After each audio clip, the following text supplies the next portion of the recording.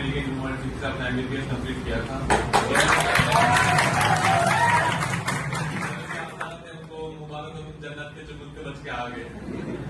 बाकी देखो, मैं पढ़ाई के बारे में कुछ बोलूंगा नहीं, क्योंकि मेरे से बहुत बड़े बड़े लोग जिनको मेरे से बहुत ज्यादा आता है और जिनसे मैंने सीखा है वो तुम्हारे सामने खड़े हैं। तो हर 3 दिन में एक नए नए टीचर आएंगे, वो तुम्हें अच्छे से बता सकते हैं क्या पढ़ना है, कैसे पढ़ना है। तो मैं उस मामले में जाऊंगा नहीं और हाथ भी करा लूंगा।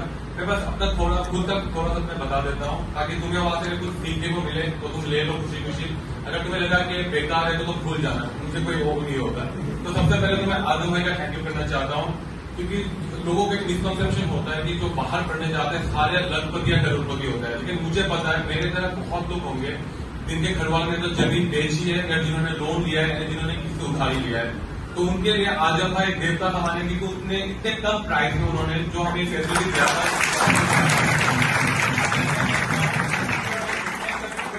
अफोर्ड नहीं कर सकता उस टाइम में। अगर आजम भाई ने इतने कम में नहीं दिया था, उतने अच्छे मतलब फैसिलिटी में नहीं दिया होगा।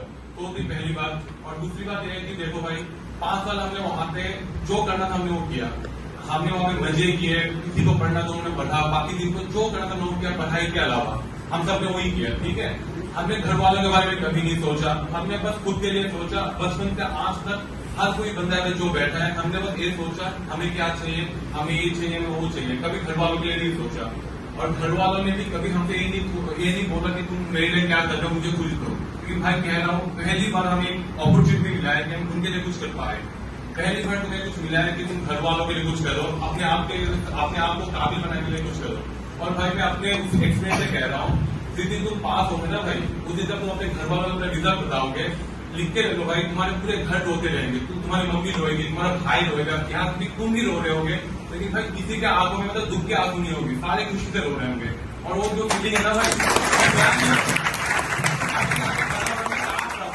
मुझे बस अपनी मम्मी की शक्ल याद आ रही है। जब मेरी मम्मी को बताया था ना, वो कैसे रो रही थी। और भाई तुम्हारे हाथ कांपेंगे, पूरे पाँव कांपेंगे, लेकिन उस दिन भाई तुम्हें लगे कि चलो मैंने लाइफ में पहली बार अपने परिवार को खुश कर दिया। और वो जो फीलिंग है ना भाई, तुम लाइफ में कितना भी पैसा कमा लो, वो तुम्हें कभी महसूस नहीं होगा। ठीक है, बस उसके लिए मेहनत करो।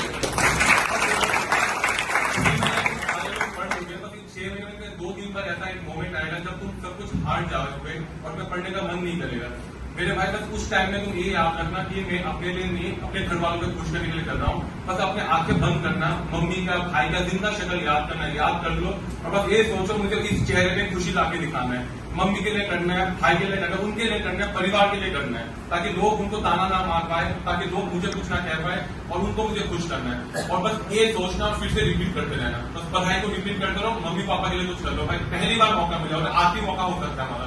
बस लास्ट अटेम्प्ट पकड़ के चलो, मम्मी पापा का नाम लो और लग जाओ भाई। क्योंकि एक मम्मी मेरे पास हमेशा कहती थी, जब भी मम्मी को मैं कॉल में कहता था कि मम्मी दुआ करना, किस्मत चाहिए, मेरी मम्मी कहती थी बेटा पहले तकदीर आता है, उसके बाद तकदीर आता है। मतलब पहले तुम मेहनत करो, मेहनत के बाद तुम्हारा तकदीर आएगा।